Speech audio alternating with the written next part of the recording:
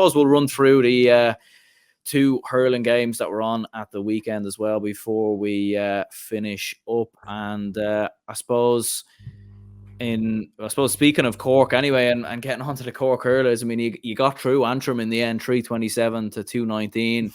Scoreline probably flatters Cork a little bit because Antrim were leading at half time, and I was watching this game and thinking there was even a stage early in the second half, and I thought, could Antrim pull off the big shock here and maybe secure what would be one of the biggest results in Antrim, hurling history? But in the end, you came through the test and on to Galway in the quarterfinals.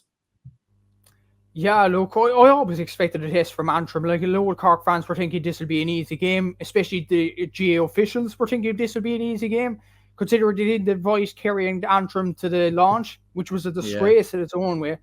But Antrim kind of shut them up and performed pretty well in this game. Keelan Malloy outstanding with 1-3. James McNaughton, brilliant. But look, this Cork team dug in. And look, that's all you can ask for. On to the next round though against Galway, which I'll be confident as a Cork fan will get past. Like, I've said it before and I'll say it again, I don't really rate Leinster hurling. I think Cork might do a job at Galway next week. We'll have to see though in next week's games. But fair play to Antrim, I have to say. Like, they shut up the haters. They absolutely performed brilliant in this game. And brilliant performance by them. Kieran Kingston himself was expecting a tough test. I was expecting a tough test. But some Cork hurling fans just weren't, and they were foolish. Like, this Antrim team were Liam McCarthy for a reason last year. They beat Clare there, obviously, in Cork and Park. They drew against Wexford. So I knew this would be a tough game for Cork. But the main thing is these players dug out the victory. On to the next round now, job done. But brilliant year for Antrim. They won the Jumbo Donna Cup. They're now into the All-Ireland Series next year. So fair play to them. But for Cork, onwards and upwards into the next round. And bring on Galway. Yeah, I mean, would they, if Antrim did pull off the win, what do you think? Would they have to have done the launch again or something like that? Or what would have happened? I mean, it would have been, I bet there was someone probably in Croke Park watching that game quite nervously at halftime thinking, oh no, geez, what are we going to have to do here if Antrim come through and win this one? What are we going to do? Are we going to have to do the launch again? Will we scrap the other launch? Like, it would have been, I would have loved, I mean, I'm nothing against Cork hurling or anything like that, but it just would have been nice to see what they would have had to do next, Yeah, like, I am a Cork fan, obviously, but at the same time, if Antrim got through, if Kerry got through, it would have been hilarious. It would have been hilarious at what the GAA would have done next. Like, Buff Egan would have been ruling the GAA, and, if all hell would have broke loose, But Cork got through the challenge at the end. But I was delighted. I was delighted Antrim were ahead at half time. Of course, I wanted Cork to win as a Cork fan, but just to quieten down the GAA after that, like, I honestly, that made my blood boil, to be honest with you.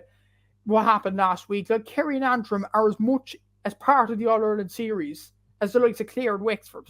I mean, why not invite them to the launch? I mean, it is beyond me. And the fact as well, it was held in Tipperary. A lot more Castelloide and Tipperary out of the championship as well.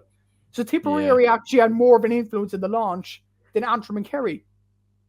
Explain that one to me, Aaron. I mean, some decisions from the GAA have been daft over the past few weeks, but that is definitely high up there. Yeah, I mean, I don't really know what goes on in the GAA half the time. You'd kind of wonder, to be honest, because the amount of bad decisions they're making recently, like, they're almost taking the piss at this stage. You'll start to wonder if they're even doing this on purpose, to be honest. Yeah, exactly. Like, even not putting minor, I think there was something, they aren't putting minor games above quarterfinals as well as triple headers. I mean, the cost in diesel is going up. The cost in hotel prices are going up. Surely in this day and age, the GAA, we've got to get a bit smarter in the head, like, I mean, there's some decisions that just don't make sense, from TV rights to decisions on games to putting it in Croke Park last week, where I know we're going back to the football, but it was a soulless bowl last week with Roscommon, Clare and Kildare Mayo. Like, put it in Tullamore, put it in Salt Hill, where there's actually going to be an atmosphere. I mean, some of the decisions from the GAA has been daft, absolutely daft. And look, are they going to get better the next few years? I definitely hope so, but I'm not counting my chickens, Aaron. Yeah, I mean, and ultimately, I suppose as a Cork man, I mean, you've obviously got Galway coming up this weekend, and obviously just running through some of the scores in the end. Like you had Conor Lahan who scored 1-9, Dara Fitzgibbon with 1-3, Shamie Harnedy with 1-3, Robbie O'Flynn with 6 points. So I mean, it's hard to really judge Cork at the same time after this victory. Like I think he'd be obviously be much improved going into that Galway game. But how do you see that game panning out? Would you reckon you could get the better of Galway and book a semi-final appearance, which would be with Limerick, provided obviously Clare beat Wexford? So what do you reckon there? Look, I'd actually back Cork in this game against Galway. I might eat my words towards the end of the week, but at the same time, I think this Antrim game would have brought us on a good few levels now. Like compare that to Wexford against Kerry, they gave Kerry a tanking, and that doesn't help Wexford whatsoever. This game will stand to Cork. I know Antrim takes us, but at the same time, like these players, Robbie O'Flynn, Seamus Harden, they know how to get. They're battle hardened now going into this Galway game. And Galway didn't really have a battle-hardened game against Kilkenny. And they didn't perform particularly well. So there's a few cracks in that Galway team. So I'd be confident as a Cork fan going into this game against Galway. It will be a tight game in Thurles. But just at this moment in time, I think Cork will win it. I think we're battle-hardened. We're coming through a tougher province in Munster. Our form is pretty good over the last few weeks. If we put the same intensity out onto the field as we did against Waterford and Tipperary, I think we could beat Galway. I think we will beat Galway, but it remains to be seen on Saturday whether that prediction will come true. Yeah, and last but not least, it was Kerry 18 points, Wexford 330. As you were saying there, very comprehensive victory in the end for Wexford, winning it by 20 plus points, I suppose. I mean, maybe some people thought it'd be a little bit closer, but I think everyone, and every dog in the street really knew that Wexford were going to come through and win this one. But what were your thoughts on this game? Honestly, the highlight of it was both you could see the Wexford hat.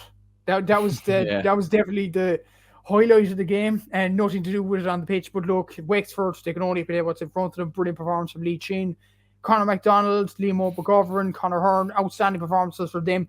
But look, Kerry, they've played a top team in the country now, and it will bring them on next year. I honestly hope Kerry do well next year. Like Kerry hurling is on the rise. Stephen Maloney's done a brilliant job. They should be very proud of themselves doing well this year. But look, Wexford onto the next round without a fuss, really. And the highlight was really Buff Egan's story. That's as much as I could say about this game, Aaron. No disrespect to Kerry whatsoever, but Wexford were complete domination. Yeah, 100%. No, there's really not too much to add really in terms of that game. But obviously them against Clare at the weekend, I mean, that'll be an intriguing one. I mean, it used to be the Davy Fitz derby in more ways than one, but obviously he's no longer in charge of Wexford, as we very well know. And Clare have obviously had a good record against Wexford in the last couple of seasons. But I was thinking at the same time, like we've seen in the football where all 4 provincial finalists got beat, obviously in the qualifiers, and you see through the years in hurling as well where sometimes the provincial winners get caught in semi-finals because they've got such a huge break, and Wexford will have had that game, Cork will have had that game going into Antrim. So I mean, although Clare will be favourites, like Wexford are going in with a bit of momentum as well. Let's not forget they beat Kilkenny, who went on to win the Leinster Championship. So that game, whilst a lot of people will be predicting Clare to win, I think Wexford will give them a run for their money. I think they definitely will as well. And compounded onto that prediction there, Clare are going to be missing, as it stands now, as this recording, Peter Duggan and Rory Hayes. They're 2 big losses. And what about that? That's a disgrace. I heard that Clare can't appeal the decision. I mean, like, in this day and age, I mean, look, they probably were deserved, but at the same time, why wasn't Patrick Horgan banned in that Cork quarterfinal? Like, he clearly hit out in that quarterfinal against Ebo Kelly. Why wasn't a few others, Rian O'Neill, banned for the scuffle in the Armagh Donegal game? I mean, consistency. That's all we ask for in the GAA. Like, I think Rory Hayes probably deserves it, but Peter Duggan, I don't think there was much wrong with it. Look at it. Does it merit a suspension? It definitely merits Clare being able to complain it. I mean, what are the GAA thinking? To be honest with you, but and Shane Dowling as well on the Sunday game, even last week as well. I mean, like trial by television. I mean, Yeah. we're getting to that now. I mean, I've seen Shane Dolan block clear times as well on Twitter. I mean, bad form from him. But look, I hope something is resolved later on the week. But I think that decision there gives Wexford a fighting chance. I would have said Clare would win this a few weeks ago, but look at this decision now. I think Wexford have a huge chance of causing a shock here. Not so much Clare bad, it's just because of them suspensions. They will be crucial. Like Rory Hayes has been the best cornerback in the country, arguably. Peter Duggins has had a huge influence coming back. Wexford have a huge chance here as it stands. It could change later on the week, and hopefully Clare get the chance to complain because it's only right. Yeah, I mean, like, I think regardless of whether you think there were red cards or not, like, it does seem a little bit dirty in many ways. Like, it just seems like they've been done wrong in some respects. Like, and I'm no solicitor or lawyer or whatever, but like, you know, I know when there's trials or whatever, and there's evidence that might be presented maybe on by certain media companies, or you know, maybe there might be evidence that's presented in the news or something like that. I'm pretty sure there's a way that, like, you can't just say, oh well, that's on TV, so that's why, you know, so that makes this person guilty, or that makes this person innocent. There's a full investigation that needs to go into it and all the rest. Now I know this is a sport, so it's a little bit different, but at the same time, yeah, it does seem very, very harsh on Clare. And I'd wonder, there's been plenty of times down the years where big challenges, big moments have been highlighted on the Sunday game that haven't been given red cards. Those haven't been, you know, adjourned or whatever. So it's interesting that they've decided to make up their mind on this now. It's sort of strange. It is, yeah. No, I suppose it highlights the influence that Shane Rowling had on the media. I don't know, like, did he actually do it on purpose that night in the Sunday game? Like, I know Clare were kind of guilty in that Munster final, but Limerick were just as guilty as well. Like, there's two sides to every story. I mean, why he decided to do that and didn't do the Limerick side as well. Like, apparently, Seamus, I don't know the facts around this now, but according to some rumours, some trustable sources, Seamus Flanagan was involved in the tunnel scuffle. So if that is true, he should be banned as well for the semi-final. It's only fair. Like, I asked for a bit of consistency, a bit of fairness. That's all we asked for the GAA. Like, you know, suspending two players and ignoring Seamus Flanagan. I mean, something's seriously wrong with the GAA there. And to be honest, if Seamus Flanagan doesn't get suspended and it turns out he did instigate that fight in the tunnel, Shane Dowling should be ashamed of himself. Should honestly be ashamed of himself for that sort of behaviour in the Sunday game. And I wouldn't be surprised, like, would the Sunday game actually sack him after this? Yeah, I mean, it's a hard one to know. I mean, whether, like, obviously only, you know, maybe he was just highlighting the issues. You know, I'd imagine obviously himself and Brendan Cummins obviously have some leeway sort of in terms of what way the show is going to be ran, and they'll obviously have certain talking points, but I'm sure there'll be, you know, a head of sport and a production team there that will say this is what we're going to run through, all the rest, and maybe they might have an influence whatsoever. So I don't know if he's, you know, I don't know if it's all him, to be perfectly honest. Like, I know he's the one who's obviously been talking about the incidents, but I don't know if he's, like, obviously only he knows, to be perfectly honest, if he's done that with intent of maybe, you know, trying to get a couple of suspensions. I don't think he would have, to be honest, because it's not like Clare would have been playing Limerick in the next game, you know. It's not like he would have been trying to get Clare players suspended for a potential All-Ireland final with Limerick. So I don't really know. Like, only he knows at the end of the day. But look, I'm sure maybe someone's asking him a question somewhere at you know, at the Sunday game headquarters. Yeah, they have to be. Like again, like, you know, it's a disgrace what happened. Limerick players should be banned as well after the incidents that happened in that game. There was a few incidents, I think Kyle Hayes, Seamus Flanagan hitting out as well. Look, I mean, if Limerick players don't get bans, or even, I know I'm only crying about it now after the order of the final, but Cian Lynch was guilty of a challenge on Tim O'Mahony last year. Graham Mulcahy broke a Cork player's hurley last year, which is incredibly dangerous. I mean, if Clare players are going to get suspended for this, why weren't Limerick players suspended last year after the order of the final? I know Cian Lynch got man of the match and was superb in that game, but a bit of consistency as well. It doesn't matter if you're winning or losing. We just want fairness, equality. That's all we ask for in the GAA, and so far, in the last few weeks, we aren't getting that. And Aaron, that's all we ask for in the GA. If Limerick are going to, or if Clare are going to get suspensions, Limerick have to too. They have to get punished.